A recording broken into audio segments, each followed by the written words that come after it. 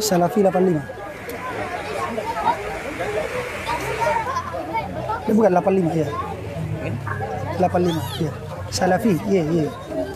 Salafi. Ya, 85. Ya. Masuk.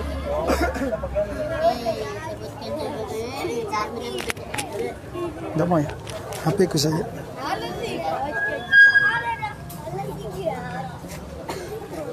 Saya tanda dari Pak Darmawan. Iya.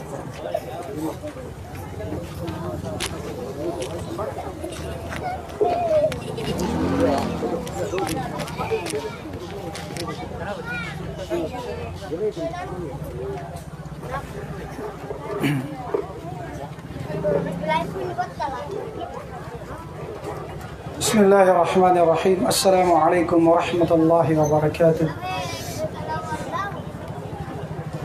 Innal hamdalillah nahmaduhu ta'ala wa nasta'inuhu wa nastaghfiruh wa na'udzu billahi min shururi anfusina wa min sayyiati a'malina. Man yahdihillahu fala mudilla lahu wa man yudlil fala hadiya lahu. Asyhadu an la ilaha illallah wahdahu la syarika lahu wa asyhadu anna Muhammadan 'abduhu wa rasuluh. Ya ayyuhalladzina amanu ittaqullaha haqqa tuqatih wa la tamutunna illa wa antum muslimun, amma ba'd.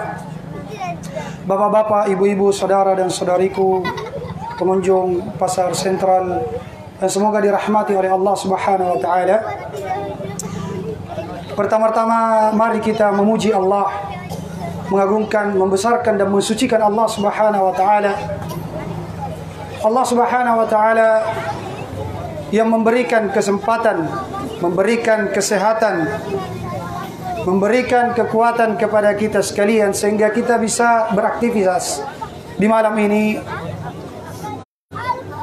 Bukan karena kemampuan kita jamaah sekalian, namun la haula wala quwata illa billah. Tidak ada daya dan kekuatan kecuali dengan izin Allah Subhanahu wa taala. Pertemuan kita di tempat ini bukanlah kebetulan. Pertemuan kita di tempat ini adalah takdir dan ketetapan dari Allah Subhanahu wa taala.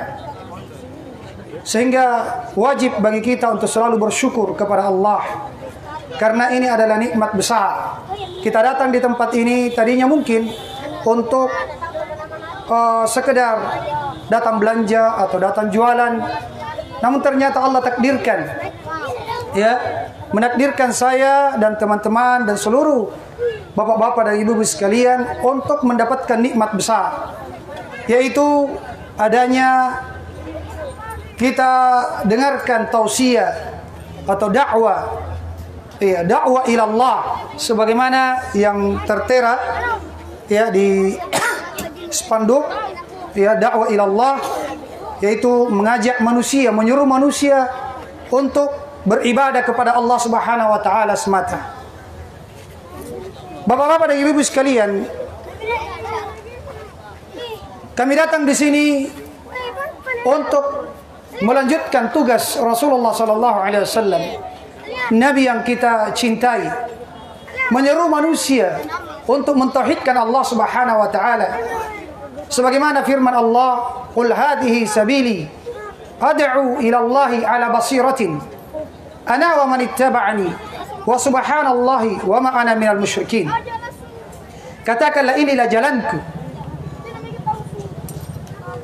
Jadi Allah Subhanahu wa taala memerintahkan kepada nabinya untuk menegaskan bahwasanya inilah jalanku. Apa jalan beliau? Ad'u ila Allah. Saya menyuruh manusia untuk mentauhidkan Allah, untuk beribadah kepada Allah. Ala basiratin, di atas ilmu, bukan sekedar semangat, namun dibangun di atas ilmu Al-Quran dan sunnah Nabi sallallahu alaihi wasallam. Ana wa man ittaba'ani, saya dan orang-orang yang mengikutiku.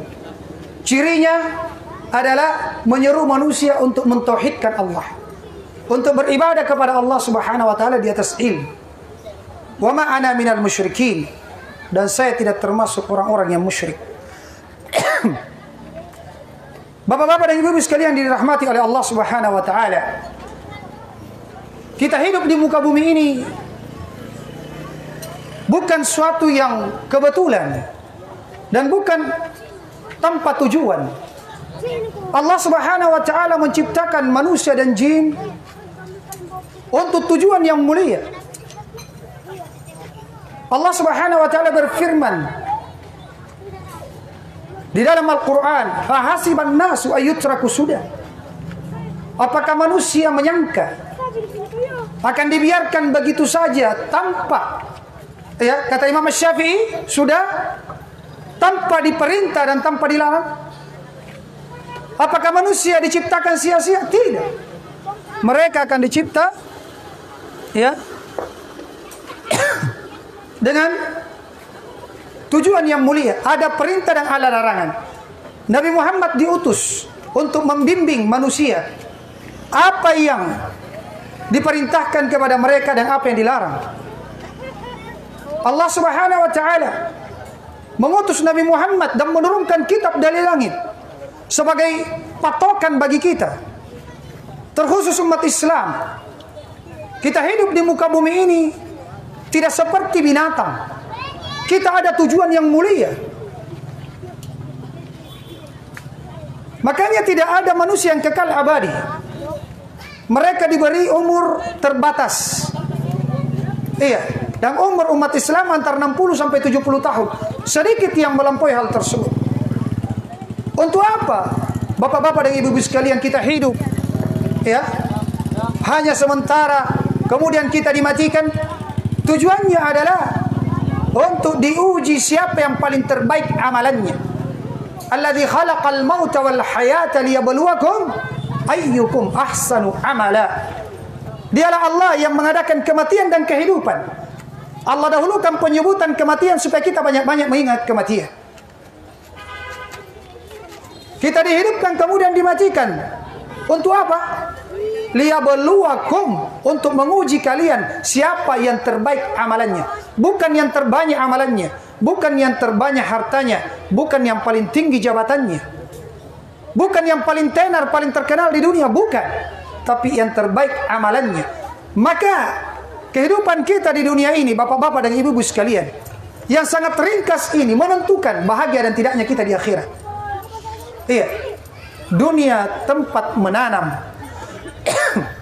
akhirat tempat memetik, memanen. Maka siapa yang memahami hal ini, maka dia akan menanam tanaman yang terindah di dunia ini, sehingga dia memetik buah yang manis dan lezat di akhirat nanti. Bapak-bapak dan ibu-ibu sekalian, kita hidup di dunia ini semata untuk diuji oleh Allah. Maka jangan sampai kita keluar dari asal penciptaan kita. Tujuan kita diciptakan di muka bumi. Perhatikan orang-orang yang kaya. Ketika dia meninggal, apa yang dia bawa? Ketika dia meninggal, apa yang dia bawa? Kain kafan 3 lembar. Ya, kain kafan 3 lembar. Mobilnya tidak dibawa, rumahnya tidak dibawa, uangnya tidak dibawa.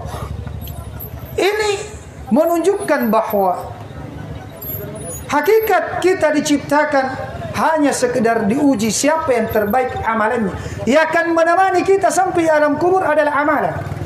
Ketahuilah bapak-bapak dan ibu sekalian, amalan yang terbaik yang menjadi bekal kebahagiaan di dunia sampai di akhirat kelak adalah Pangisengan Kaminang Korea yang ada di belakang saya spanduknya ini. Yang akan kami bahas dan kupas di tempat ini. Ilmu yang terhebat, yang merupakan inti dakwanya Nabi Muhammad dan para nabi yang diutus di muka bumi, yang merupakan inti isi seluruh kitab-kitab yang turun dari langit. Apakah itu Zabur, Taurat, Injil dan Al-Quran? Intinya adalah Pangisengan Kaminang Korea, ilmu yang terhebat yang Allah perintahkan di dalam Al-Quran untuk dipelajari. Fa'lam annahu la ilaha illallah. Ilmui, pelajari apa itu la ilaha illallah. Inilah ilmu yang terhebat. Ilmu la ilaha illallah yang Allah jelaskan di dalam ayat yang lain. Dzalika bi anna Allah huwal haq wa ma yad'una min dunihi huwal batil. Demikian itu disebabkan karena Allah lah yang maha hak, dan apa yang mereka seru selain Allah itu adalah batil. Inilah makna la ilaha illallah yang wajib untuk kita pelajari, kita dalami, dan kita wujudkan dalam kehidupan sehari-hari. Bagaimana kita menegakkan la ilaha illallah, la ma'budu bihaqqin illallah. Tidak ada yang berhak diibadahi kecuali Allah. Ini ilmu yang terhebat jemaah sekalian. Siapa yang memahami ini pasti dia bahagia di dunia dan di akhirat, dan dia memegang kuncinya surga. Iya, karena la ilaha illallah adalah kuncinya surga. Apa makna dari la ilaha illallah? Iya, la ilaha illallah, la ma'budu bihaqqin illallah. Tidak ada yang berhak diibadahi kecuali Allah. Itulah makna la ilaha illallah. Inilah yang diperintahkan oleh seluruh nabi dan rasul. Dan tugas inti mereka adalah untuk menjelaskan hal ini. Allah Subhanahu wa taala berfirman di dalam Al-Qur'an, "Wa laqad ba'atsna fi kulli ummatin rasula an i'budullaha wajtanibut taghut." Sungguh kami telah mengutus pada setiap umat seorang rasul, agar rasul tersebut memerintahkan kepada umatnya, beribadah kalian hanya kepada Allah dan jauhi taghut, sesembahan-sesembahan selain Allah. Bapak-bapak dan ibu-ibu sekalian yang dirahmati oleh Allah Subhanahu wa taala, siapa yang hidup di atas la ilaha illallah, pasti dia bahagia di dunia dan di akhirat. Pasti dia selamat di dunia dan di akhirat. Rasulullah sallallahu alaihi wasallam bersabda di dalam hadis, "Man mata wa huwa yad'u min dunillahi niddan dakhala an-nar." Siapa yang meninggal dan dia menyeru sekutu selain Allah, dia akan masuk neraka. Dia menyeru selain Allah, dia berdoa kepada selain Allah, meminta kepada selain Allah, mengharapkan jodoh rezeki selain Allah, maka dia masuk ke dalam neraka, kata Rasulullah sallallahu alaihi wasallam. Di dalam hadis yang lain Nabi bersabda, "Man laqiyallaha la yusyriku bihi syai'an dakhala al-jannah wa man laqiyahu yusyriku bihi syai'an dakhala an-nar." Siapa yang bertemu dengan Allah dengan mentauhidkannya, mewujudkan la ilaha illallah, tidak beribadah kecuali hanya kepada Allah, pasti dia masuk surga. Namun siapa yang bertemu dengan Allah dengan dosa kesyirikan, menyekutukan Allah, tidak bertobat sebelum meninggal, maka pasti dia masuk neraka. Perhatikan begitu pentingnya ilmu ini. Ilmu yang terhebat, ilmu la ilaha illallah, yang ketika Nabi Musa meminta ilmu dari Allah, berguru kepada Allah langsung.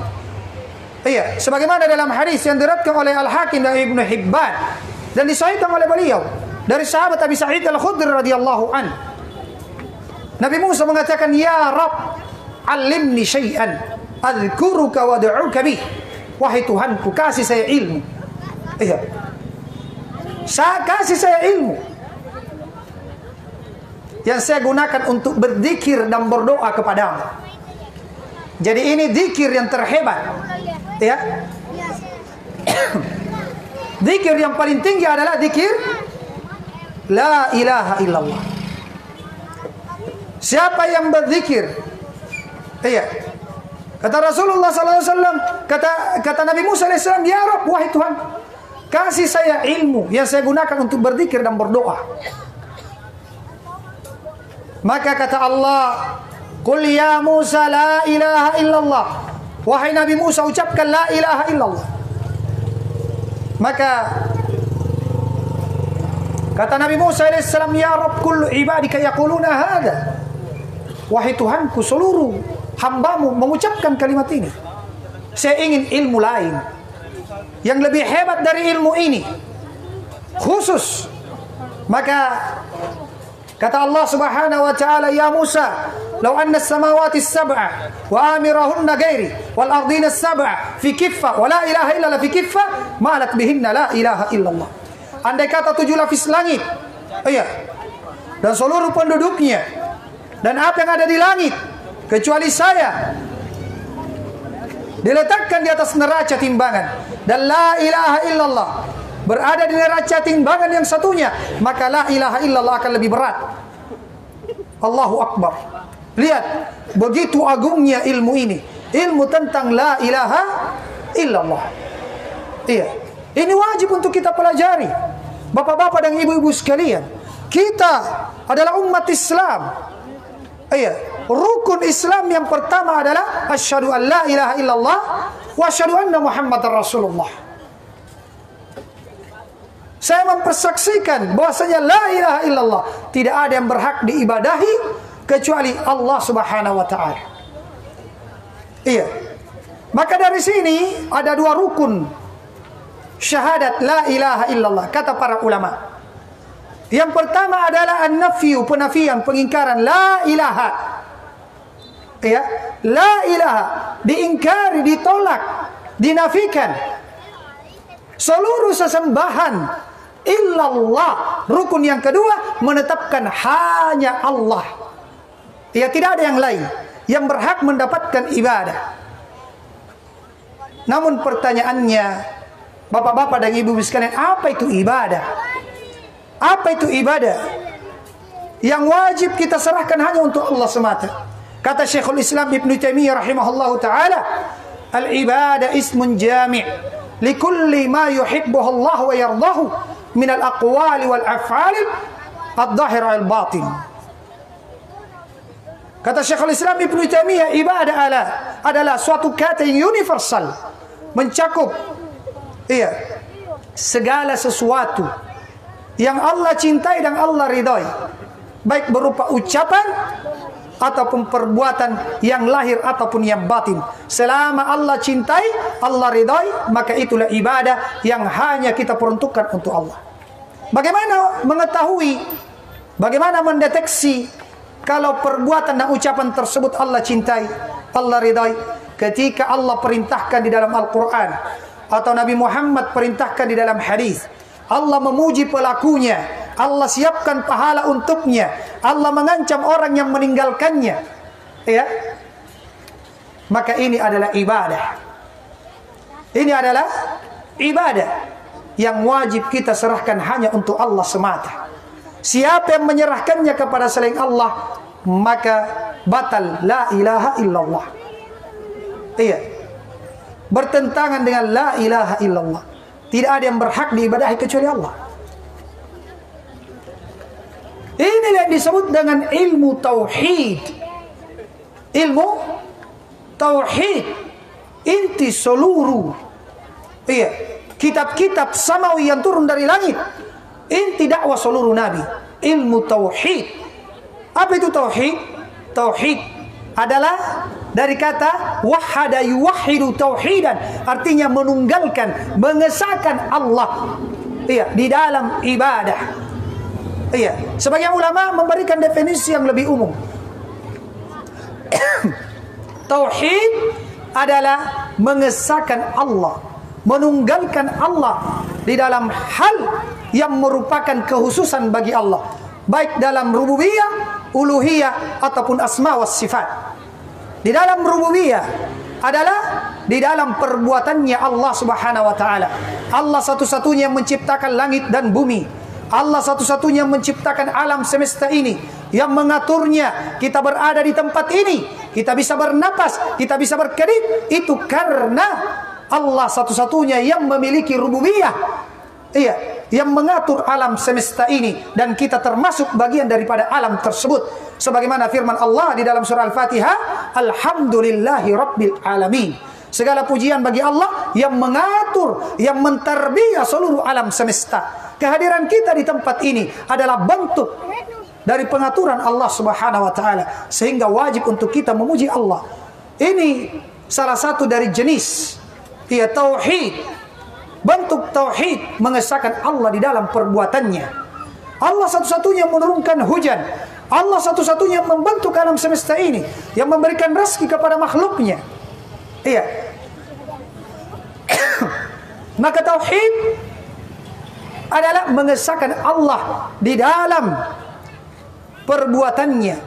Tidak berkeyakinan bahwa ada makhluk yang memiliki andil membantu Allah di dalam mengatur alam semesta ini. Dan termasuk tauhid adalah mengesahkan Allah di dalam ibadah kita. Jadi bukan cuma mengesahkan Allah di dalam perbuatannya.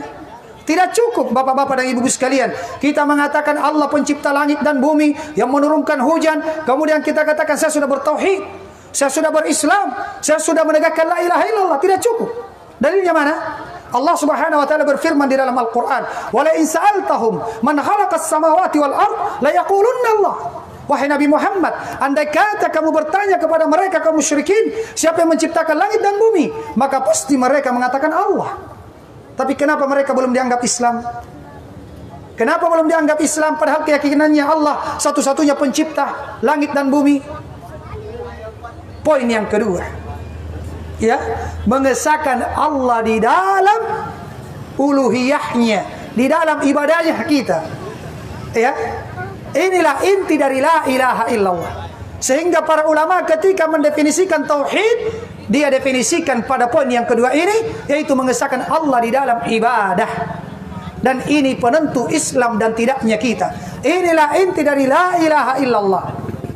Inilah inti diutusnya para nabi dan diturunkannya kitab-kitab, yaitu mengesahkan Allah di dalam ibadah. Nah, di sini yang penting, bapak-bapak dan ibu-ibu sekalian, mari kita simak hal ini.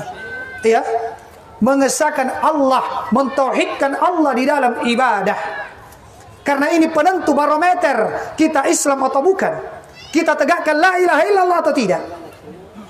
Iya, yaitu mengesahkan Allah di dalam ibadah-ibadah kita. Dan telah kita sebutkan tadi definisi ibadah. Segala sesuatu yang Allah perintahkan, yang Allah cintai, yang Allah ridai. Saya kasih contoh biar kita semakin paham. Ya, contohnya adalah doa. Doa adalah ibadah. Allah Subhanahu wa taala berfirman di dalam Al-Qur'an, "Ud'uni astajib lakum." Berdoa kalian langsung kepadaku, maka akan aku kabulkan. Nah, kita sekarang cocokkan pada diri kita masing-masing. Apakah kita sudah bertauhid atau tidak? Sudah mengamalkan la ilaha illallah atau tidak? Apakah doa kita selama ini hanya kita serahkan kepada Allah, atau jangan-jangan kita berdoa meminta rezeki, meminta jodoh kepada selain Allah? Ya, ud'uni astajib lakum. Meminta kalian langsung kepadaku. Iya. Dan Allah berfirman dalam surah Al-Fatihah, "Iyyaka na'budu wa iyyaka nasta'in." Hanya kepadamu ya Allah kami beribadah, dan hanya kepadamu kami meminta pertolongan. Inilah inti dari surah Al-Fatihah, dan Al-Fatihah inti dari seluruh Al-Quran. Karena di dalamnya mencakup 3 tauhid. Iya, tauhid rububiyah, uluhiyah, dan asma wa sifat. Iya. Bapak-bapak dan ibu-ibu sekalian yang dirahmati oleh Allah Subhanahu wa taala. Maka salah satu bentuk atau contoh dari ibadah adalah doa. Kalau kita telah mengucapkan la ilaha illallah, maka wajib doa kita hanya kita serahkan hanya kepada Allah. Jangan minta kepada malaikat Jibril, ya malaikat Jibril. Jangan minta kepada Nabi Muhammad, ya Rasulullah, kasih saya syafaatmu. Jangan meminta kepada penghuni kubur. Jangan minta kepada wali. Jangan minta kepada Syekh Abdul Qadir Al-Jailani. Tapi minta kepada Allah, penciptanya Nabi Muhammad, penciptanya malaikat Jibril, penciptanya seluruh makhluk. Iya.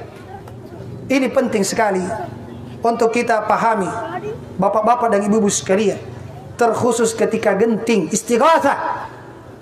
Iya, ketika datang angin kencang, kita naik pesawat, kita naik kapal. Di sini, ya terkadang manusia tidak menyebut Allah lagi di sini. Iya, yang dia seru adalah jin yang katanya penjaga laut, jin yang katanya penjaga tempat keramat tersebut. Dia tidak meminta perlindungan kepada Allah. Dia tidak berdoa lagi kepada Allah, tapi berdoa meminta bantuan, pertolongan, perlindungan kepada jin-jin tersebut. Disinilah batal syahadatnya la ilaha illallah. Perhatikan bapak-bapak dan ibu sekalian, ini penting sekali. Ya, ilmu tauhid. Contoh yang lain dari bentuk ibadah yang hendaknya kita serahkan hanya kepada Allah adalah rasa takut. Rasa takut adalah ibadah. Dalilnya Allah berfirman, "Fala takhafuhum wa khafuni in kuntum mu'minin." Jangan kalian takut kepada mereka, namun takutlah kalian hanya kepadaku jika kalian betul-betul orang yang beriman. Maka seorang mukmin yang sudah bersyahadat la ilaha illallah, tidak boleh dia takut dengan rasa takut yang melebihi rasa takutnya kepada Allah. Tidak boleh dia takut kepada makhluk yang mengantarkan takarrub, pendekatan diri kepada makhluk tersebut sampai dia harus menyembelih, sampai dia harus sujud kepadanya. Ini adalah ibadah yang hanya kita serahkan untuk Allah. Sebagian manusia mengucapkan la ilaha illallah, tapi kalau lewat di tempat keramat, lewat di kuburan, takutnya luar biasa. Dia harus buang telur. Di mana? Di sungai. Dia harus menyembelih ayam. Dia harus klakson. Di mana klakson? Di tikungan atau di tempat yang sering orang kecelakaan di situ. Katanya Patabe dengan penjaganya. Ini adalah bentuk rasa takut kepada selain Allah. Ini adalah bentuk ibadah. Jangan sampai gara-gara klakson tauhid kita meleset. Ini yang penting. Bapak-bapak dan ibu-ibu sekalian, kenapa saya datang dari pasar ke pasar? Karena banyak manusia belum paham hal ini. Dia mengucapkan la ilaha illallah, tapi takutnya kepada makhluk melebihi takutnya kepada Allah. Kenapa saya harus mendatangi manusia dari pasar ke pasar? Betapa banyak manusia mengucapkan la ilaha illallah, namun di dalam keyakinannya, di dalam perbuatannya, bentuk-bentuk ibadah yang dia lakukan, dia serahkan juga kepada selain Allah. Menyembelih adalah salah satu bentuk ibadah. Mana dalilnya? Allah berfirman di dalam Al-Quran, Qul inna solati wa nusuki wa mahyaya wa mamati lillahi rabbil alamin. Katakanlah, sesungguhnya solatku dan sesembelihanku, hidup dan matiku hanya untuk Allah. Banyak orang solat karena manusia, bukan karena Allah. Itu syirik. Solat karena manusia adalah syirik. Solat adalah ibadah, hendaknya diniatkan untuk Allah. Menyembelih adalah ibadah, maka jangan menyembelih di tempat-tempat keramat. Jangan menyembelih di tempat-tempat keramat. Sekalipun jin yang merasuki tubuh keluarga kita, dia katakan, tidak mau keluar kalau tidak menyembelih ayam putih di tempat ini. Jangan ikuti, karena menyembelih adalah bentuk ibadah.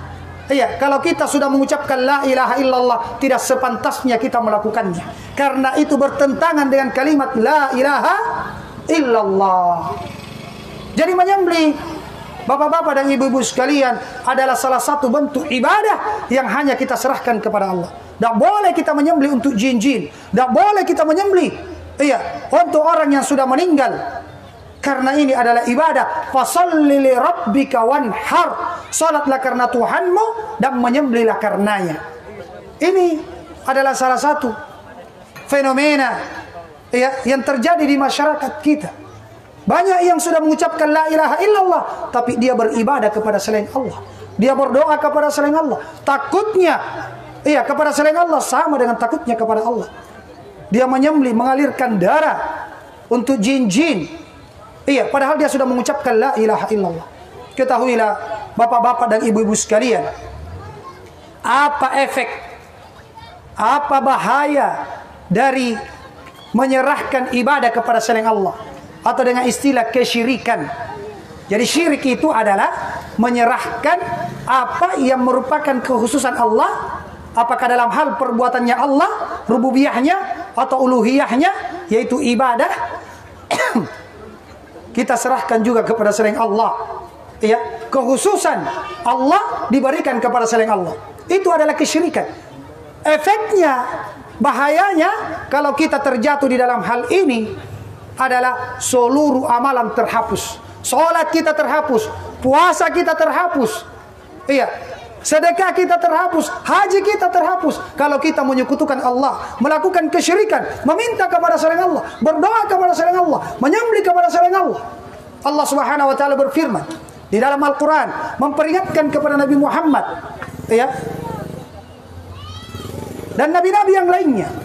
Dan tentu peringatan ini lebih pantas lagi untuk kita berhati-hati dari. Kata Allah Subhanahu wa taala, "Wa laqad uhiya ilaika wa ila alladziina min wa laqad uhiya ilaika wa ila alladziina min qablik la in asyrakta la yahbatanna 'amaluk." Wala takunanna minal khasirin. Wahai Nabi Muhammad, telah aku wahyukan kepadamu dan kepada orang-orang sebelum. Iya, kepada nabi-nabi sebelum. Dan orang-orang sebelum Nabi Muhammad, andai kata kamu menyekutukan Allah, melakukan kesyirikan, ya, la yahbatanna amaluk, pasti dan pasti amalanmu akan terhapus semuanya. Wala takunanna minal khasirin, dan kamu akan termasuk orang yang merugi di dunia dan di akhirat. Jadi hati-hati bapak-bapak dan ibu-ibu sekalian. Mari kita selalu menjaga diri, selalu perhatikan jangan sampai kita jatuh dalam kesyirikan.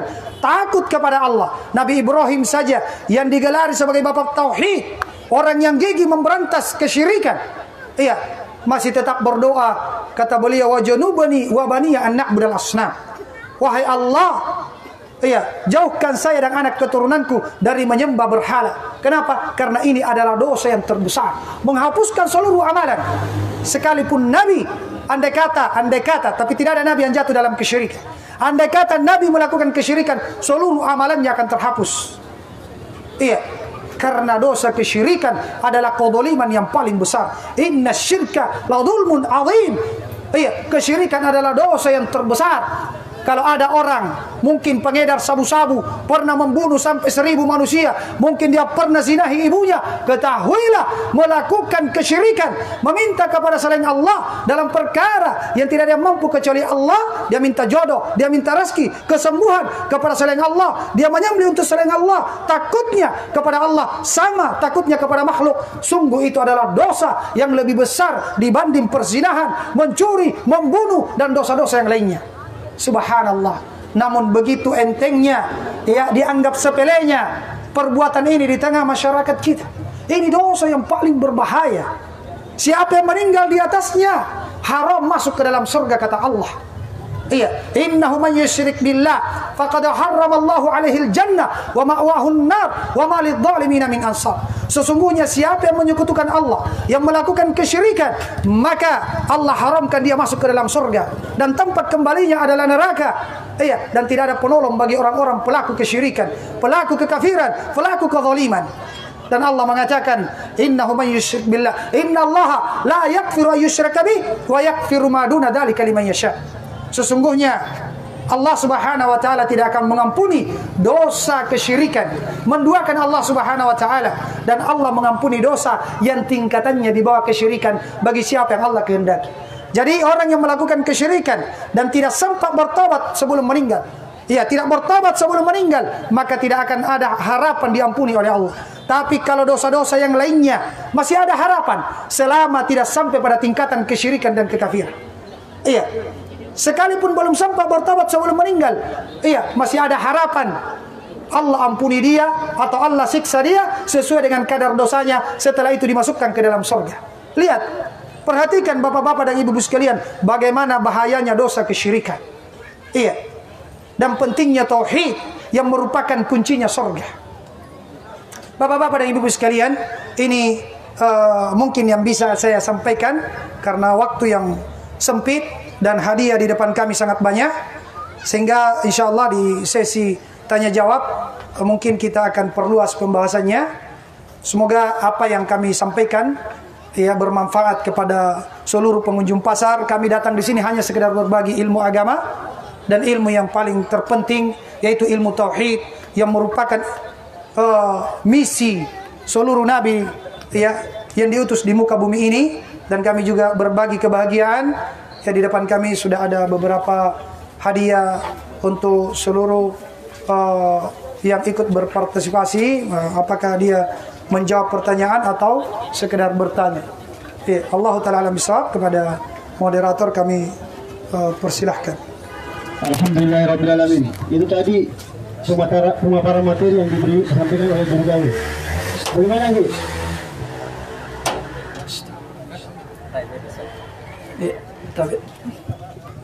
Ya, seperti yang kita janjikan tadi, bahwa setelah materi kita akan bagi-bagi hadiah gratis. Jadi yang mau hadiah gratis silahkan merapati kembali. Siapa cepat dia dapat. Jadi syaratnya sama seperti tadi, cukup menjawab pertanyaan dari kami atau memberikan pertanyaan kepada kami. maka kami akan memberikan hadiah secara gratis kepada semua para pengunjung Pasar Sentral Bulukumba. Ya, kita kasih pertanyaan pertama. Sebutkan pangisengan kami nampurea dengan maknanya. Pak disengat kami lapore silong artina, kodisengi kakek jarita. Silakan Bu, angkat tangannya Bu, angkat tangannya Pak. Apa itu ilmu yang terhebat yang tadi disampaikan sama pemateri? Angkat tangan Pak saja yang tahu jawabannya. Sana-sana yang pakai topi di sana, yang duluan.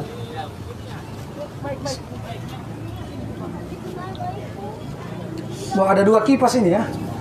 Masya Allah. Assalamualaikum warahmatullahi wabarakatuh. Waalaikumsalam. Artinya itu la ilaha illallah. Iya. Jadi pangisengan yang terhebat, ilmu yang terhebat adalah la ilaha illallah. Apa maknanya la ilaha illallah?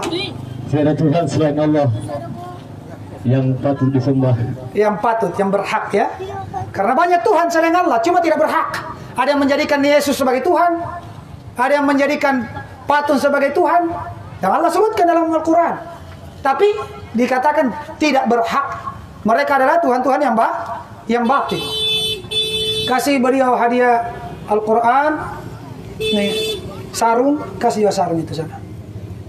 Itu sembako lagi satu. Kasih banyak-banyak. Baik, Masya Allah.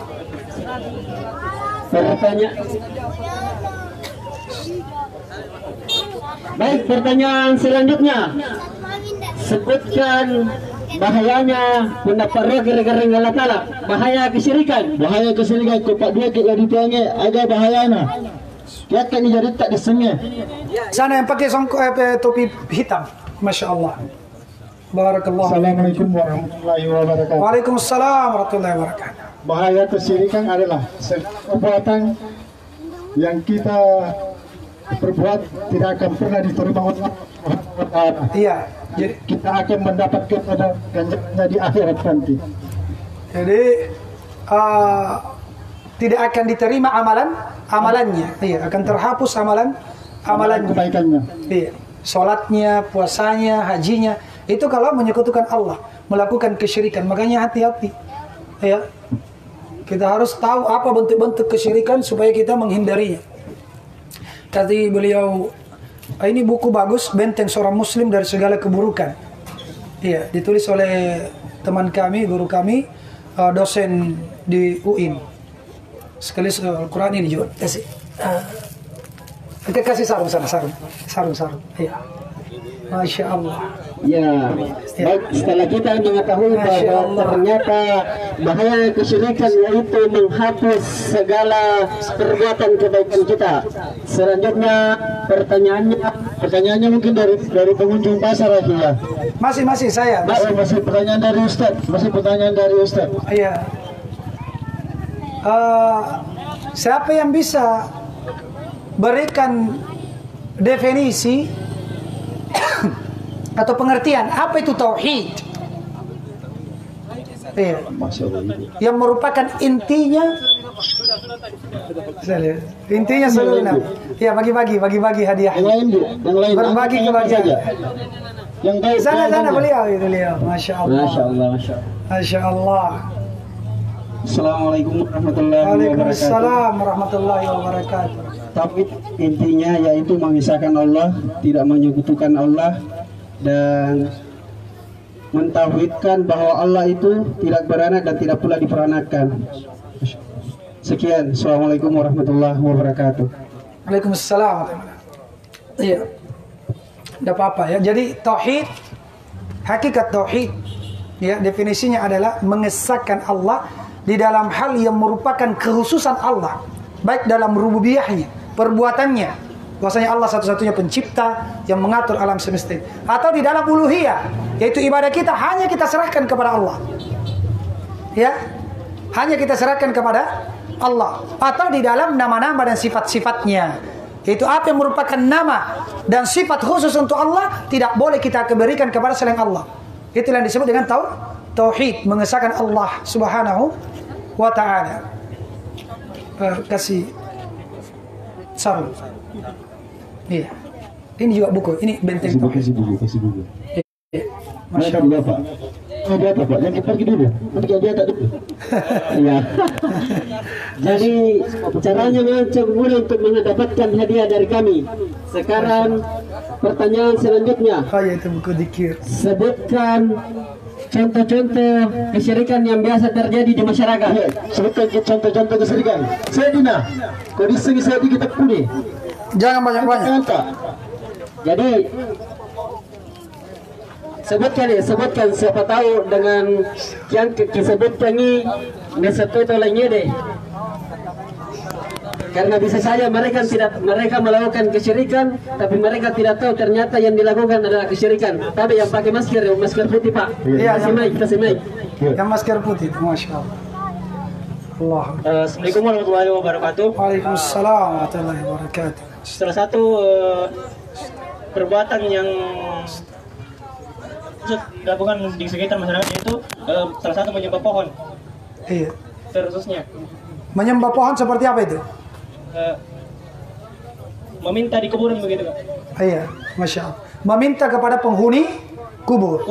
Minta kesembuhan. Ya, mungkin karena dipikir anaknya ditegur, cucunya ditegur, datang ke situ, jangan kita teguri, cucu tak. Ya, dia minta kesembuhan kepada orang yang sudah meninggal. Ini adalah salah satu bentuk kesyirikan. Karena yang menyembuhkan itu siapa? Allah Subhanahu wa taala. Sedangkan penghuni kubur ketika masih hidup, itu yang menyembuhkannya Allah. Kenapa ketika dia meninggal kita datang kepadanya meminta? Iya. Jadi kita datang ke kuburan tujuannya itu adalah mendoakan penghuni kubur. Nah, ini yang butuh dipahami. Jadi bapak-bapak dan ibu sekalian yang dirahmati oleh Allah Subhanahu wa taala, ziarah kuburan itu dua tujuannya. Yang pertama, mendoakan orang yang meninggal. Ya, Allahumma ghafir lahu warhamhu wa'afi wa'fu anhu. Iya, doa-doa biar bahasa Indonesia, doakan penghuni kubur. Jangan meminta kepada penghuni kubur. Itu bentuk kesyirikan. Yang kedua, tujuannya adalah untuk mengingat kematian. Ya, untuk mengingat kematian. Kita datang ke kuburan, kita merenungi bahwa suatu saat kita pun akan menyusul, tinggal ya di alam tersebut, alam barzakh. Kasih hadiah Al-Quran. Sebentar lagi kita akan masuk Ramadan. Kita target ya selesaikan 30 juz ya baca Al-Qurannya. Ini ada juga buku, kasih sarung ini. Ya, mudah-mudahan sarungnya dipakai sholat ya, Al-Qurannya dibaca dan ini kasih kami ya, bukunya dibaca, diamalkan. Baik. Dengan pertanyaan yang sama, sebutkan contoh-contoh kesyirikan yang sering terjadi di masyarakat. Baik, yang baju hitam.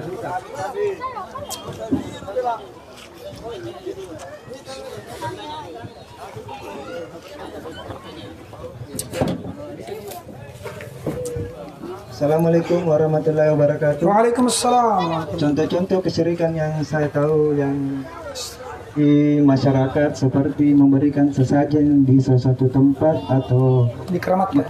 Iya, atau mendatangi orang-orang pintar padahal mereka bodoh. Masya Allah. Masya Allah.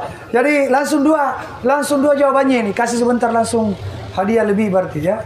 Jadi jawabannya kata beliau di antara bentuk kesyirikan adalah memberikan sesajian di tempat-tempat tertentu. Apakah dia berikan ke di pohon yang dikeramatkan atau sesajian tersebut ditaruh di mana?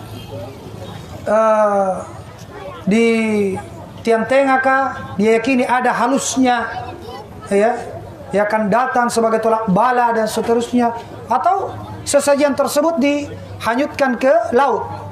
Ini adalah bentuk-bentuk kesyirikan. Kenapa?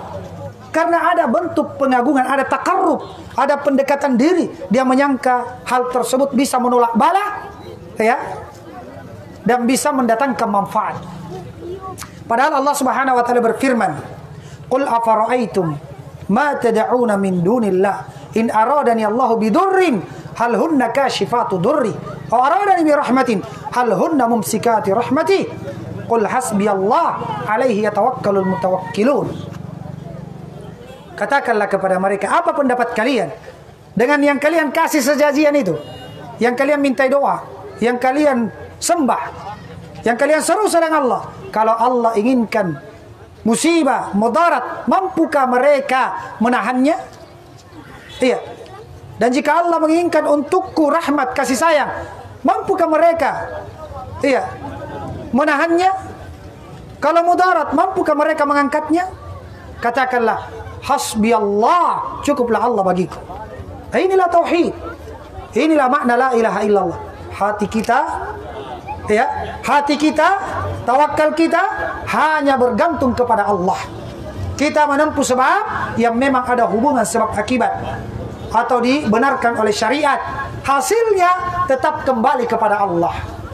Iya, kemudian jawaban yang kedua, katanya di antara bentuk kesyirikan adalah mendatangi orang pintar, padahal hakikatnya dia tidak pintar. Kenapa dikatakan pintar? Karena yang datang adalah orang yang bodoh. Iya. Karena andai kata ada orang yang pintar, maksudnya tahu perkara gaib. Ya, kalau memang ada orang pintar tahu perkara gaib, maka tentu dia adalah orang yang paling kaya. Dia orang yang paling bahagia. Dia orang yang paling sukses bisnisnya. Kenapa? Dia tahu, oh saya bisnis ini paling lancar. Iya kan? Oh cocoknya saya dagang begini. Iya. Besok akan terjadi kenaikan harga ini. Saya mau beli memang banyak-banyak. Pasti tidak pernah akan ditimpa musibah kalau ada orang tahu perkara gaib. Dia tidak pernah luka, tidak pernah celaka, tidak pernah jatuh dari motor, tidak pernah tabrakan. Kenapa? Karena dia bilang, wah ini sebentar kalau saya naik motor tabrakan di sana, jadi kepergi. Iya kan? Kalau dia tahu barang yang hilang, pasti dia yang akan menempati apa? Kursi-kursi yang ada yang ada di kantor polisi. Dia cocoknya jadi apa? Dia cocoknya jadi penyidik. Dia kan sudah tahu perkara gaib. Iya. Tidak usah lagi kita bayar yang lain. Dia mau saja. Siapa yang curi barangnya, si A, si B, si C. Dia akan menjadi hakim di pengadilan. Tapi ternyata satu benarnya, 100 dustanya, kata Rasulullah SAW. Maka jangan mendatangi dukun, tukang-tukang ramal, apapun namanya. Apapun namanya, karena Allah berfirman di dalam Al-Quran, "Qul la ya'lamu man fis samawati wal ardil ghaiba illallah." Katakanlah ya Nabi Muhammad, tidak ada yang mengetahui perkara gaib di langit dan di bumi kecuali Allah. Kalau ada orang mengaku mengetahui perkara gaib, itu hanya kerjasama dengan jin yang mencuri berita di langit. Iya, satu kedustaan dicampur dengan satu yang benar, dicampur dengan 100 kedustaan. Jadi, tidak ada yang mengetahui perkara gaib kecuali Allah Subhanahu wa taala. Bahkan Nabi Muhammad tidak tahu perkara gaib kecuali ada wahyu dari Allah. Dan setelah Nabi Muhammad meninggal, wahyu sudah selesai. Maka tidak ada lagi yang mengaku mendapatkan wahyu dari Allah. Allah Subhanahu wa taala berfirman di dalam Al-Qur'an, "Qul la amliku li nafsi naf'an wa la darran illa ma syaa Allah. Walau a'lamul ghaiba lastaksartu minal khairi wa ma massani as-su. In ana illa nadhirun wa basyirun liqaumin yu'minun." Kata Allah Subhanahu wa taala, katakan ya Nabi Muhammad, saya tidak kuasa untuk mendatangkan manfaat untuk diriku dan tidak kuasa menolak mudarat untuk diriku. Andai kata saya tahu perkara gaib, saya akan memperbanyak kebaikan. Dan tidak akan ditimpa kejelekan. Tapi buktinya Nabi Muhammad luka di perang Uhud. Iya kan? Nabi Muhammad terluka di perang Uhud, menunjukkan beliau tidak tahu perkara gaib. Kemudian Allah mengatakan, in ana illa nadhirun wa basyirun liqaumin yu'minun. Katakan ya Nabi Muhammad, saya hanya pemberi peringatan dan pemberi kabar gembira bagi orang-orang yang beriman. Saya ingin ingatkan bapak-bapak dan ibu sekalian, mendatangi dukun, tukang ramal, paranormal, yang mengaku mengetahui perkara gaib, itu akan apa? Menyebabkan sholat kita tidak diterima 40 hari 40 malam. Iya, sah sholatnya kalau dia penuhi syarat-syaratnya, tapi tidak mendapatkan pahala, dikali 0. Iya, dikali 0. Kalau sekedar datang bertanya, tapi kalau percaya, kata Rasulullah sallallahu alaihi wasallam, "Man ata arrafan fasaddaqa bima yaqul faqad kafara bima unzila ala Muhammad." Siapa yang mendatangi tukang ramal, orang yang mengaku mengetahui perkara gaib, kemudian dia benarkan ucapannya, maka sungguh dia telah kafir terhadap apa yang diturunkan kepada Nabi Muhammad. Ini hadis saya hanya menukil. Maka kalau kita mengaku sebagai umat Islam, mengaku pengikut Nabi Muhammad, wajib kita imani, wajib kita ikuti bimbingan dan petunjuk beliau. Mudah-mudahan ini bermanfaat bagi kita semua, sehingga tidak ada lagi kaum muslimin yang percaya dengan hal-hal yang seperti itu. Kalau ada barang hilang, mending kita melapor ke polisi. Ada anak tak sakit, mending kita ke rumah sakit atau diruqyah. Di ruqyah ini metode pengobatan yang dibenarkan.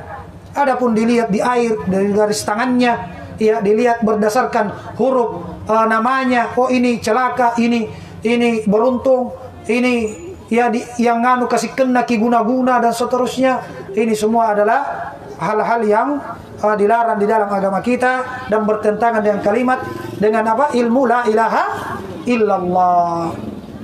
Kasih sarung, kasih Al-Quran, Masya Allah, kasih ini, mana lagi?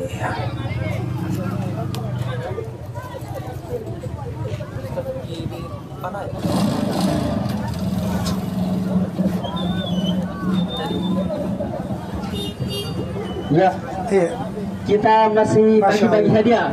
Jadi hadiah-hadiahnya itu hadiah-hadiah utama Pak, Bu. Jadi merapat ki. Masih ada kipas? Masih ada dispenser. kipas, masih ada dispenser. Masya Allah. Kita habiskan malam ini. Jadi bukan tiba-tiba, kita bagi gratis. Jadi masih pertanyaan yang sama, sebutkan contoh-contoh kesyirikan yang sering terjadi di tengah-tengah masyarakat.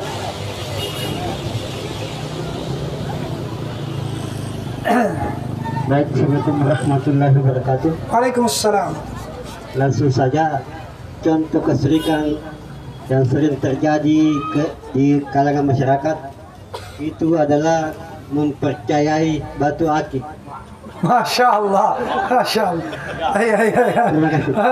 Jawaban yang luar biasa ya.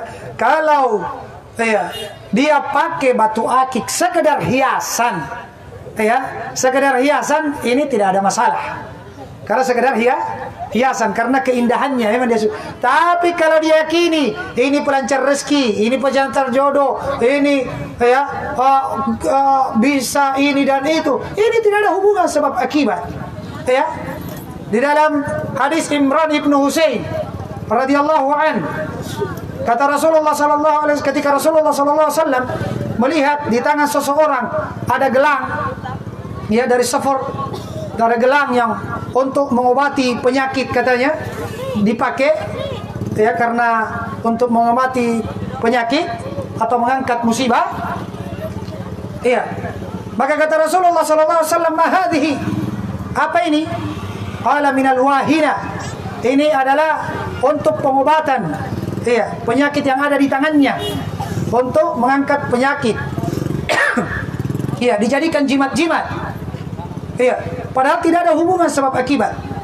Apa kata Rasulullah sallallahu alaihi wasallam? Inzi'ha fa innaha la tuziduka illa wahnan. Lau mitta wa hiya 'alaika ma aflahta abada. Cabut, buang, lempar jauh-jauh itu. Lempar jauh-jauh. Karena hal tersebut tidaklah menambahkan bagimu kecuali kelemahan. Semakin lemah orang. Karena bergantung kepada makhluk, kepada batu-batu. Kalau kamu meninggal dan masih ada padamu, kamu tidak akan beruntung selama-lamanya. Jadi termasuk diantaranya tadi, kalau batu akik diyakini pelancar ini, pelancar itu, dan seterusnya, maka ini adalah diantara bentuk kesyirikan yang bertentangan dengan la ilaha illallah. yang bertentangan dengan la ilaha illallah. Kalau diyakini sebagai sebab, padahal tidak ada hubungan sebab akibat, maka itu adalah syirik asgar, syirik kecil, dan sekecil-kecilnya syirik akan lebih besar dibanding dosa besar. Iya. Tapi kalau diyakini ini min tammi, yang kasih selamat kah, tidak ada hubungannya dengan Allah, maka ini apa? Batal syahadat. Iya. Allahul musta'an. Kasih beliau sarung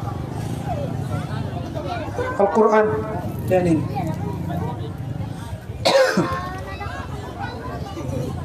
Ya, masih ada yang mau hadiah dari kami? Sekarang bisa bertanya atau menjawab pertanyaan. Ada yang mau?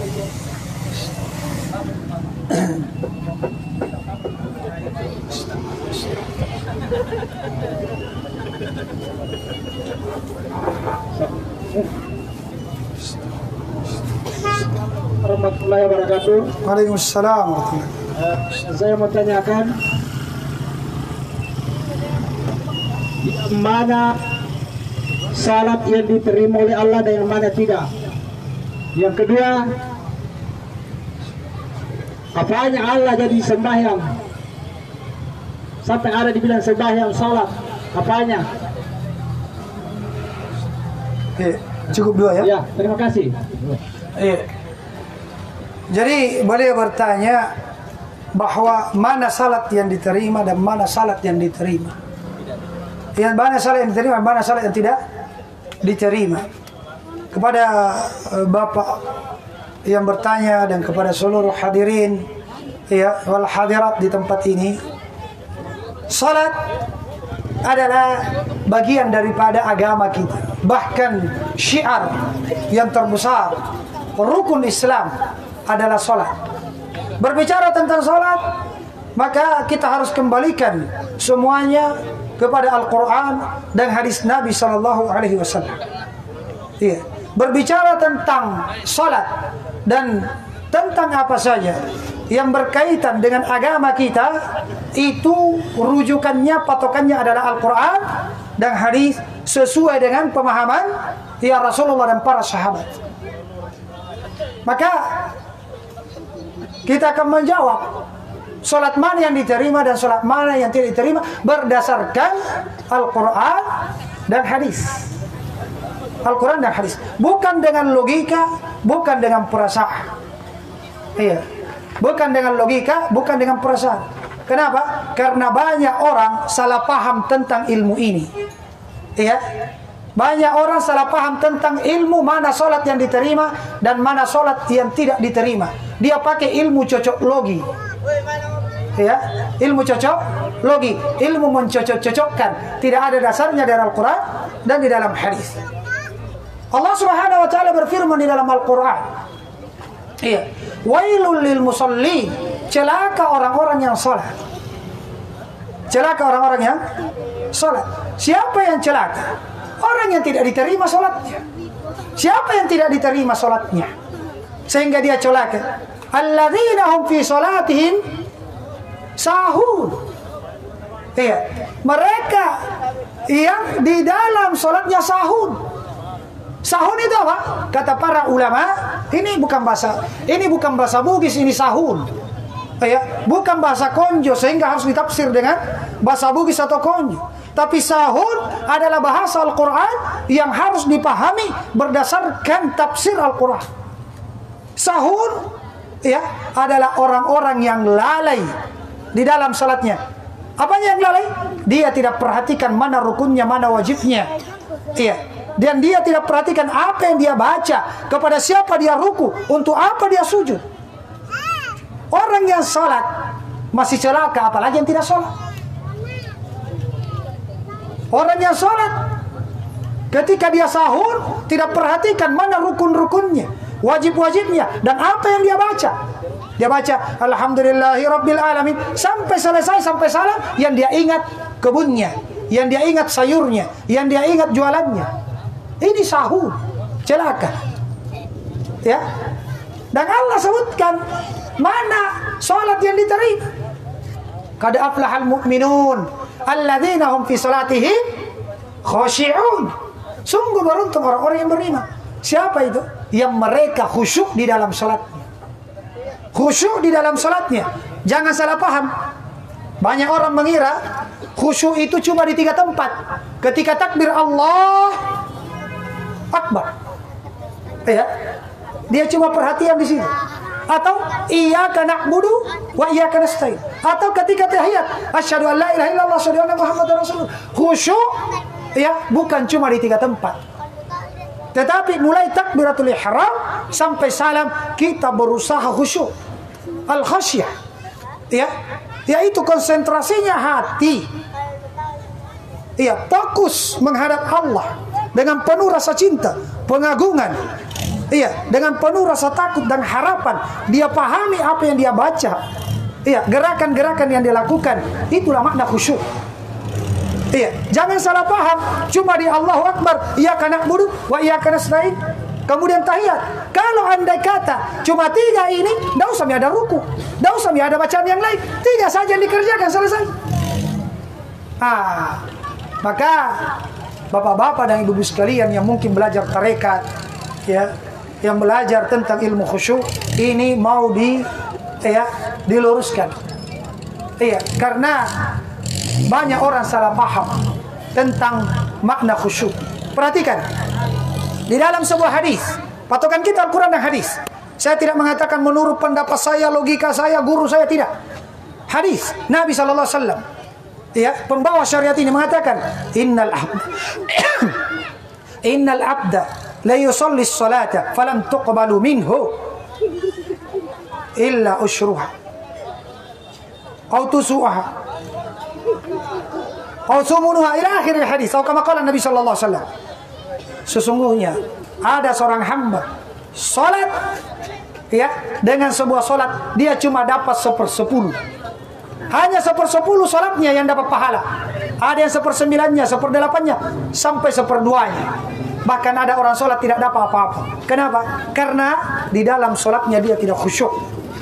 Ya, kalau cuma dia khusyuk ketika takbir, ketika iyyaka na'budu wa iyyaka nasta'in, dan ketika tahiyat, berarti cuma 1/sekian. Ya, sangat sedikit pahala yang dia dapatkan. Ya, maka ini, ya, kita harus perhatikan, harus belajar. Sallu kama ra'aitumuni sholli.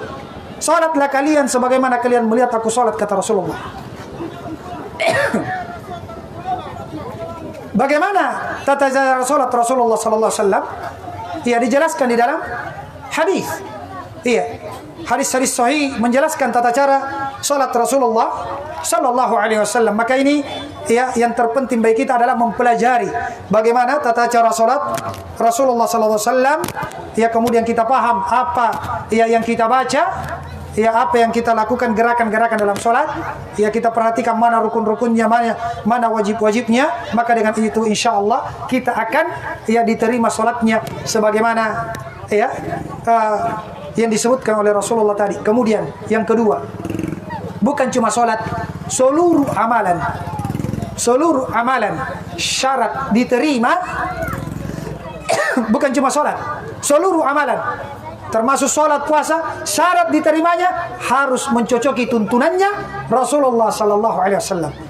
Ya, maka kalau ingin diterima sholatnya, perhatikan, ya, pelajari bagaimana tata cara sholatnya Rasulullah.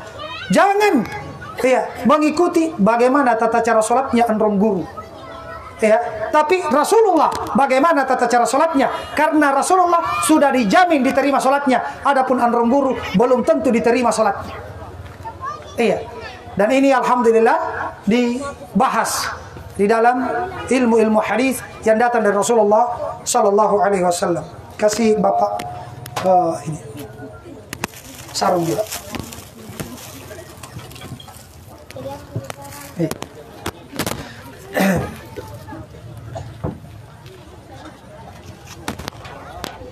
Cuma satu ya pertanyaannya tadi.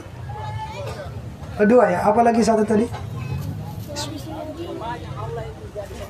Oh yes. Iya, sembahyang itu bahasa Indonesia. Iya, sembahyang itu kata menyembah. Iya, kalau bahasa Arabnya sholat namanya. Iya, kemudian sholat ini sudah di bahasa Indonesia kan. Jadi as-sholat artinya doa. Ya, secara bahasa. Adapun secara istilah agama kalau dikatakan sholat adalah ya gerakan ya atau kegiatan mulai dari takbir sampai salam.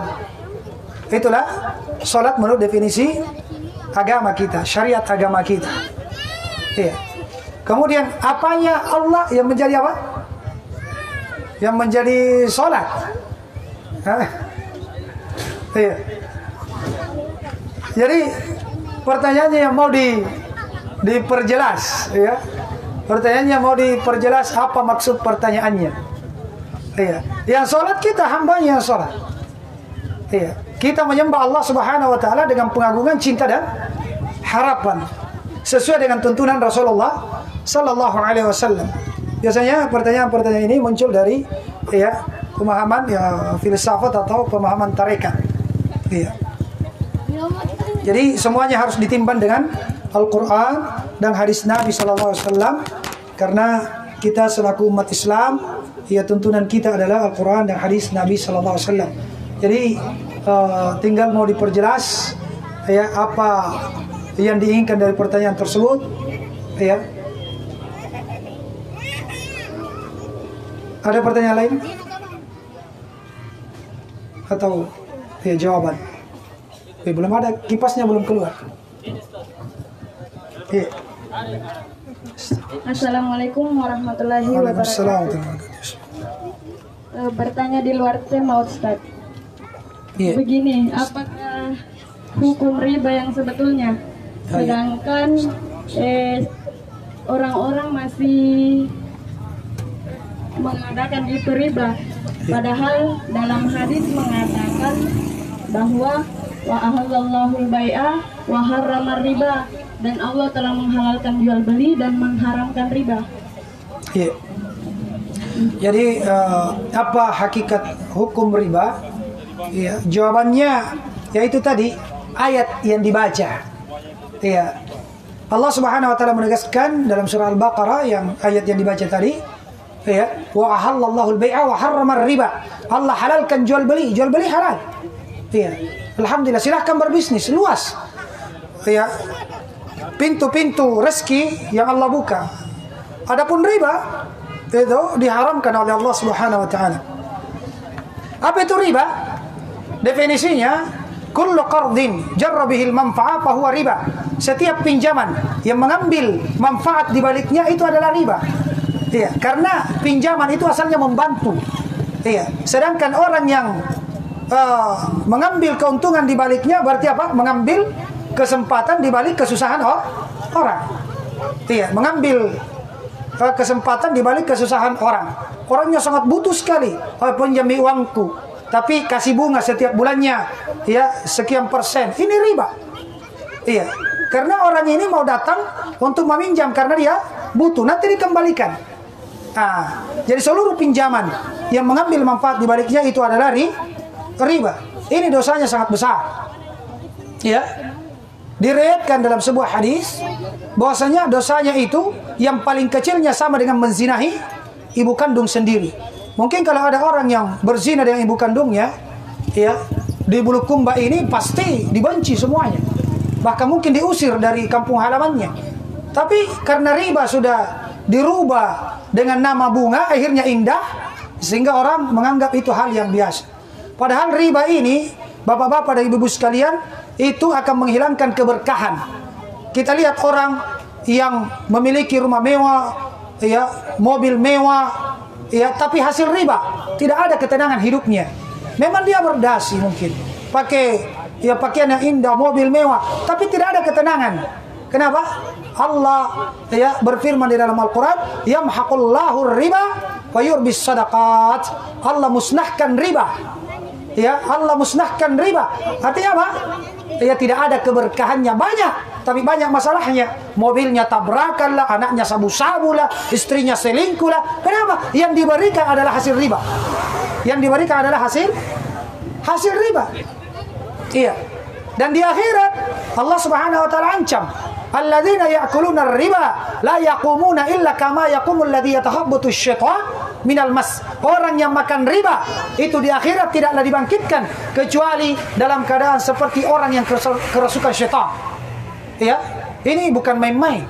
Bahkan Allah Subhanahu wa taala berfirman, "Ya ayyuhalladzina amanu taqullaha wa dharu ma baqiya minar riba in kuntum mu'minin."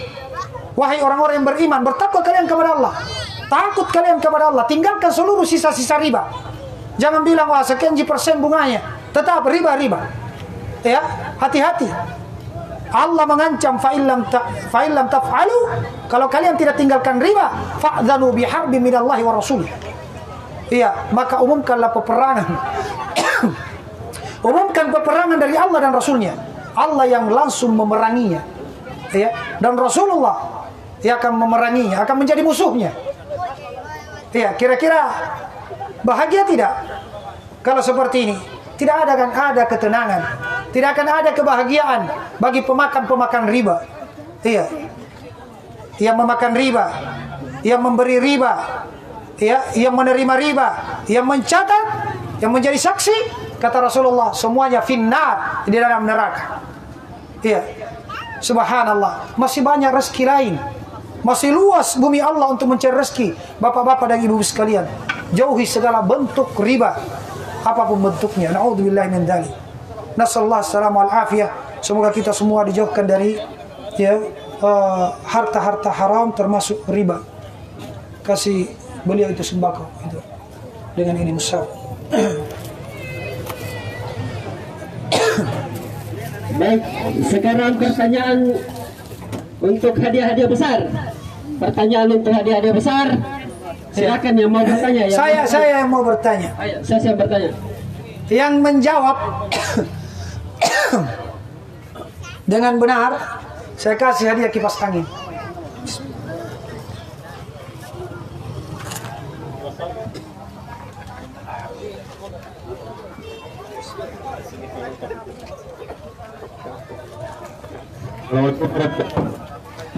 Iya. Jadi saya yang bertanya. Kalau yang menjawab dengan benar, saya kasih hadiah kipas angin. Iya. Pertanyaan saya,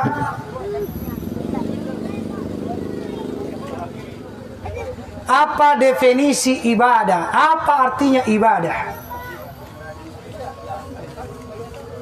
Yang lain. Definisi ibadah yang lain. Sudah menjawab. Kecuali tidak ada yang menjawab, baru saya kembalikan kepada beliau. Biar sudah menjawab, saya tunjuk lagi kembali. Definisi ibadah harus tepat, seperti yang saya sebutkan tadi. Baiklah, bismillahirrahmanirrahim. Assalamualaikum warahmatullahi wabarakatuh. Waalaikumsalam.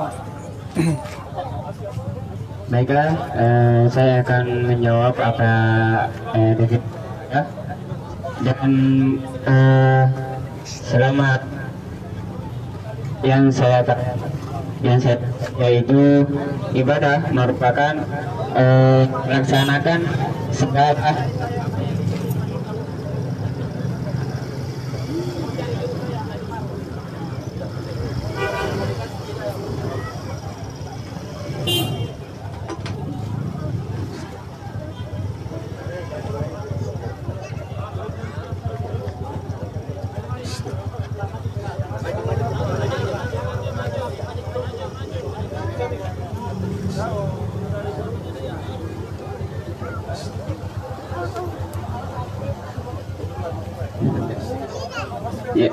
saya lanjut, yaitu setahu saya definisi ibadah yaitu merupakan melaksanakan sesuatu yang Allah Subhanahu wa taala dan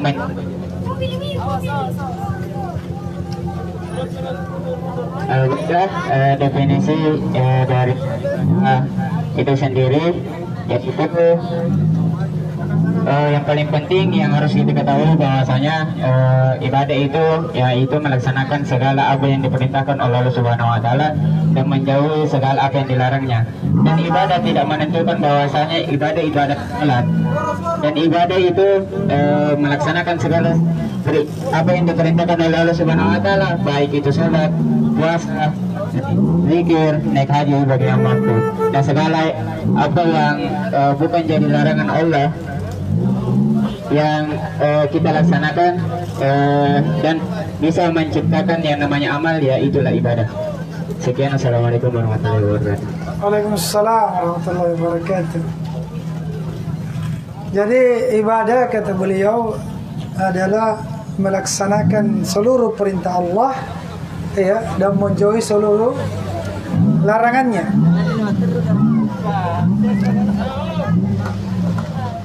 Ada definisi tadi yang saya sebutkan. Benar ya, ini jawabannya benar. Iya. Benar, cuman saya ingin mencari jawaban lain lagi yang tadi saya sebutkan. Iya. Yang disebutkan oleh Syekhul Islam Ibnu Taimiyah tadi. Yang disebutkan oleh Syekhul Islam Ibnu Taimiyah tadi. Ya. Assalamualaikum warahmatullahi wabarakatuh. Waalaikumsalam. Segala sesuatu yang Segala sesuatu yang dicintai Allah dicintai oleh Allah dan mengharapkan pahalanya. Iya. Itu saya, Ustaz. Waalaikumsalam warahmatullahi Waalaikumsalam warahmatullahi wabarakatuh. Masya Allah. Jadi segala sesuatu yang Allah cintai dan Allah ridai, baik berupa ucapan ataupun perbuatan yang lahir ataupun yang batin. Iya. Tas satunya. Yang pertama dan yang kedua sama-sama dapat, iya, dapat kipas angin. Masya Allah. Iya, dijaga salatnya Pak ya, dijaga salatnya, tauhidnya. Iya. Kita berbagi-bagi di sini. Iya, dijaga salatnya, dijaga tauhidnya. Masya Allah. Iya, kasih dia satu. Masya Allah. Ini kasih buku tas satunya juga. Di Al-Quran. Iya. Ya, Masya Allah. Kita berbagi-bagi ya. Alhamdulillah. Kalau saudara kita kaum muslimin bahagia, kita pun bahagia. Iya. Karena innamal mu'minuna ikhwah. Orang-orang yang beriman itu bersaudara. Iya. Maka biasakan diri kita untuk berbagi, apalagi menjelang Ramadan. Ya, hendaknya kita banyak berbagi kepada kaum muslimin. Baik, sisa hadiah utama yang dispenser akan mendapatkan pertanyaan langsung dari Ustaz. Silakan Ustaz. Iya. Saya ingin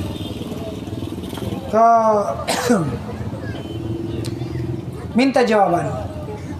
Bagaimana cara mengetahui ya amalan tersebut, ucapan tersebut Allah cintai dan Allah ridhai? Kan tadi katakan ibadah itu apa? Ibadah itu adalah apa-apa yang Allah cintai, Allah ridhai. Iya, yang Allah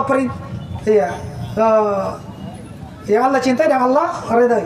Sekarang pertanyaannya, bagaimana untuk mengetahuinya? Oh, ini ibadah. Kenapa dikatakan sholat itu ibadah, puasa itu ibadah, menyembelih itu ibadah, harapan, cinta, iya, rasa takut, iya. Bagaimana cara mendeteksi amalan atau ya perbuatan tersebut ya termasuk kategori ibadah? Nah, siapa yang jawab? Pertanyaannya, bagaimana kita tahu bahwa yang apa yang dikerjakan baik itu perbuatan dikategorikan sebagai ibadah? Nah, apa patokannya? Apa patokannya? Sudah tadi saya jelaskan. Nah.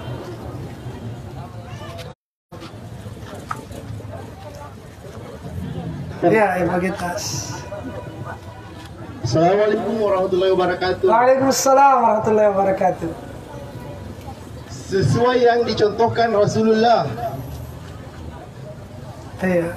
Sesuai yang dicontohkan oleh Rasulullah sallallahu alaihi wasallam, betul. Iya. Apa yang dicontohkan oleh Rasulullah pasti ibadah. Namun ada kategori, ada definisi tadi saya sebutkan cara mendeteksinya. Oh, ini ibadah. Ya. Allah cintai hal ini, Allah ridhai hal ini. Dari sisi mana kita bisa mengetahuinya? Kenapa dikatakan rasa takut itu ibadah? Takut kan ibadah. Maka tidak boleh kita takut kepada selain Allah. Cinta pun ibadah. Tidak boleh kita mencintai ya makhluk sama cintanya kita kepada Allah. Karena Allah mengatakan di dalam Al-Quran, wa minan nasi man yattakhidhu min dunillahi andada yuhibbunahum ka hubbillah walladzina amanu asyaddu hubban lillah. Di antara manusia Ada yang menjadikan tandingan-tandingan, sekutu-sekutu bagi Allah. Dia mencintainya sebagaimana dia mencintai Allah. Adapun orang yang beriman, cintanya kepada Allah melebihi, ya, melebihi yang lainnya. Berarti cinta adalah ibadah. Nah, pertanyaannya, bagaimana, ya, bagaimana, ya, atau apa patokannya sehingga dikategorikan oh ini ibadah? Karena Allah cintai, Allah ridha. Bagaimana cara mendeteksinya? Sudah tadi saya jelaskan. Saya kasih dispenser yang bisa menjawab. Silakan yang pakai jubah. Masya Allah. Barakallahu fiik. Bismillahirrahmanirrahim. Mengeluarkan keyakinan kita terhadap makhluk dan memasukkan keyakinan hanya kepada Allah Subhanahu wa taala. Insyaallah segala amalan kita diterima Allah Subhanahu wa taala. Iya, jadi ini adalah salah satu jenis ibadah, yaitu berkeyakinan bahwasanya ya, makhluk itu tidak memiliki kuasa dan Allah satu-satunya yang berkuasa, dan itu adalah bagian dari tauhid apa? Tauhid rububiyah. Makhluk tidak kuasa, Allah kuasa. Itu adalah salah satu bagian dari tauhid rububiyah. Iya. Dan itu belum sampai pada hakikat dari tauhid yang dibawa oleh para nabi dan rasul. Iya. Hakikat tauhid yang dibawa oleh para nabi dan rasul adalah la ma'budu bihaqqin illallah. Seluruh bentuk ibadah hanya kita serahkan kepada Allah Subhanahu wa taala semata. Iya, jadi yang saya inginkan jawabannya adalah apa patokannya sehingga kita tahu oh ini ibadah dan ini bukan ibadah. Kasih beliau tadi hadiah. Oh, ini yang pertama tadi yang di sana, kasih beliau buku ini. Yang di sana tadi itu ya. Ini kasih beliau buku.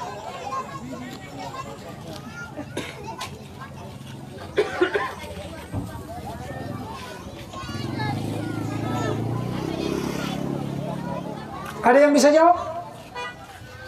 Silakan. Yang pakai sarung.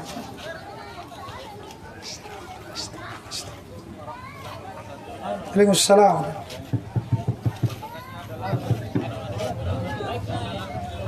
Ya, karena tadi kalau tadi disimak baik-baik insya Allah paham.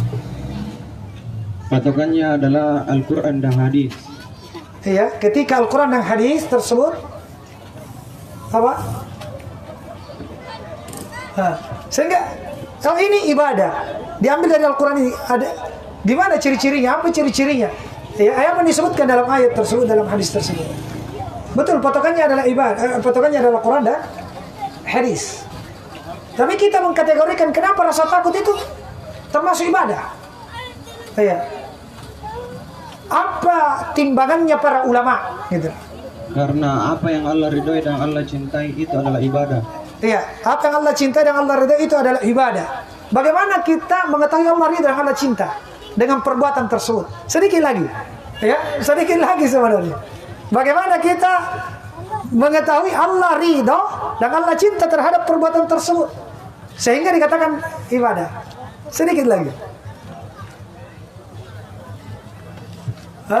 Tadi sudah saya jelaskan. Ya. Bahwa kalau Allah cintai dan Allah ridha itu ibadah. Tapi bagaimana kita tahu Allah cinta dan Allah ridha? Iya. Saya Assalamualaikum warahmatullahi wabarakatuh. Waalaikumsalam warahmatullahi wabarakatuh. Bagaimana ketika Allah diketahui ketika pada saat kita ikhlas Pak Ustaz, kalau menurut saya, sehingga kita bisa diridhoi oleh Allah Subhanahu wa taala. Jadi pertanyaan saya tadi saya sudah jelaskan ya, definisi ibadah kata Syekhul Islam Ibnu Taimiyah, ismun jami' likulli ma yuhibbu Allah yardahu min al-aqwal wal af'al adh-dhahir wal batin. Adalah suatu kata yang universal, mencakup segala sesuatu yang Allah cintai dan Allah ridai, baik perbuatan ataupun ucapan yang lahir ataupun yang batin. Kemudian saya sebutkan tadi ciri-cirinya.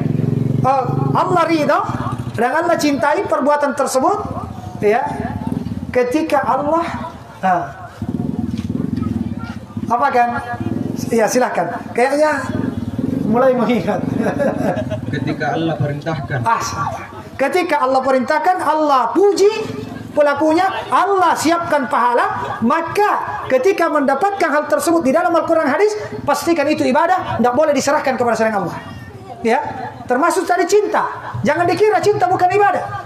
Ya, maka hati-hati, jangan sampai kita menyekutukan Allah dengan istri kita. Jangan sampai cintanya kita kepada istri sama cintanya kita kepada Allah.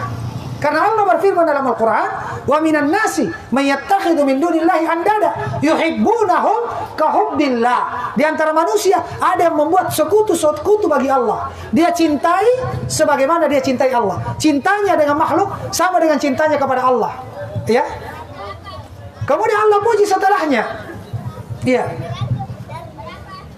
Walladzina amanu asyaddu hubban lillah. Allah puji di sini. Konteksnya pujian. Adapun orang yang beriman, cintanya kepada Allah itu tertinggi. Berarti cinta adalah ibadah. Siapa yang memberikan cinta yang tertingginya kepada makhluk, berarti la ilaha illallah. Yang dia ucapkan itu apa? Ya, kontradiksi, bertentangan. Iya, jadi ini kaidah umum.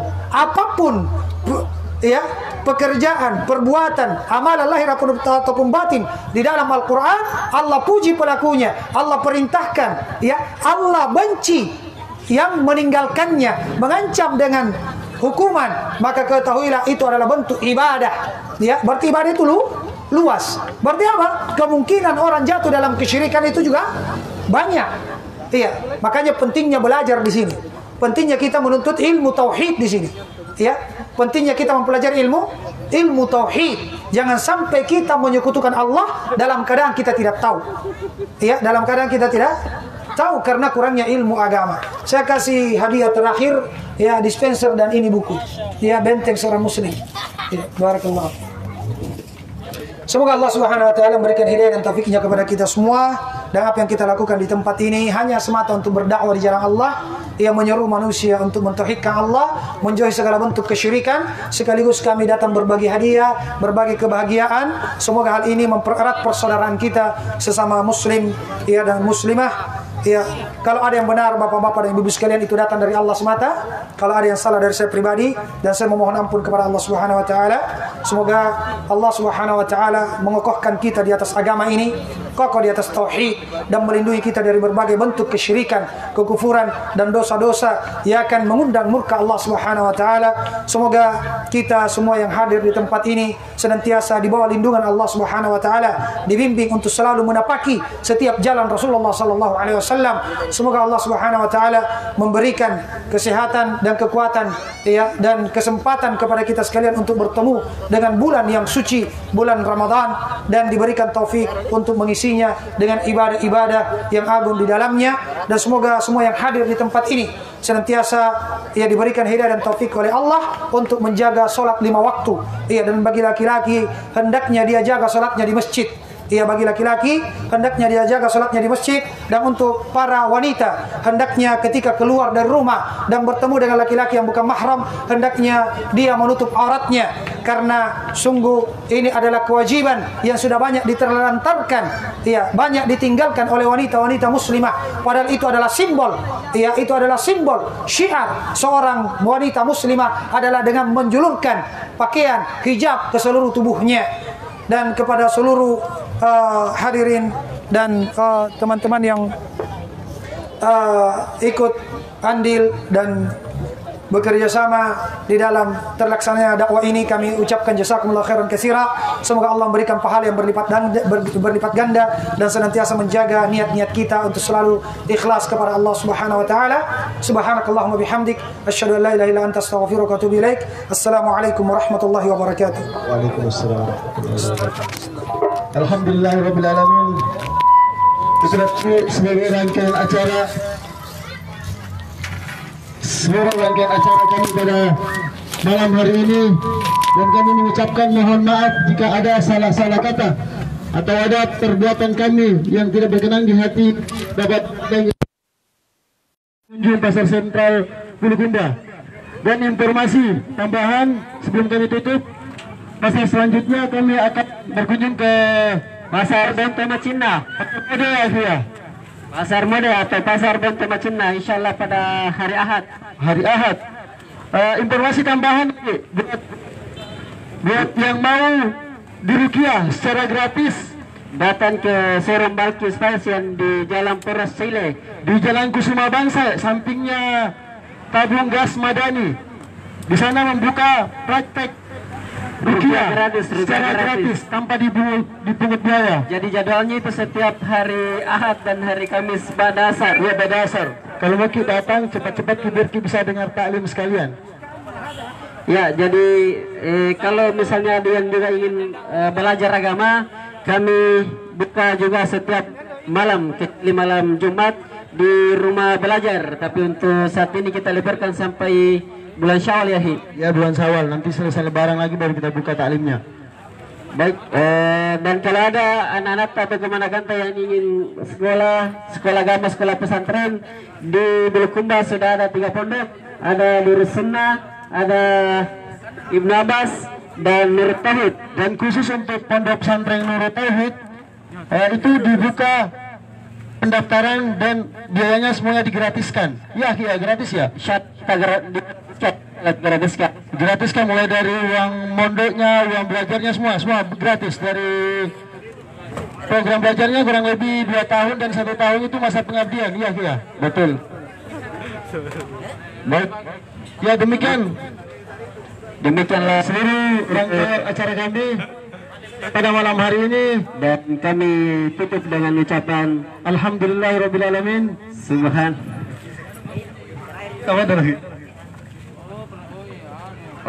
Info tambahan. Taklim hari Jumat yang akan dibawakan oleh Ustaz Ahmad Hifizullah di Tanete. Iya, Tanete. Dia 2 sesi ya, pada asar sama pada maghrib. Di Abu Bakar juga, Masjid Abu Bakar Pondrek. Itu pembahasan fikih puasa sebelum memasuki bulan Ramadan. Baik, kita tutup acara malam ini dengan doa kafaratul majlis. Subhanakallahumma wa bihamdik asyhadu an la ilaha illa anta astaghfiruka wa atubu ilaik. Assalamualaikum warahmatullahi wabarakatuh. Waalaikumsalam warahmatullahi wabarakatuh. La ilaha illallah. Nanti.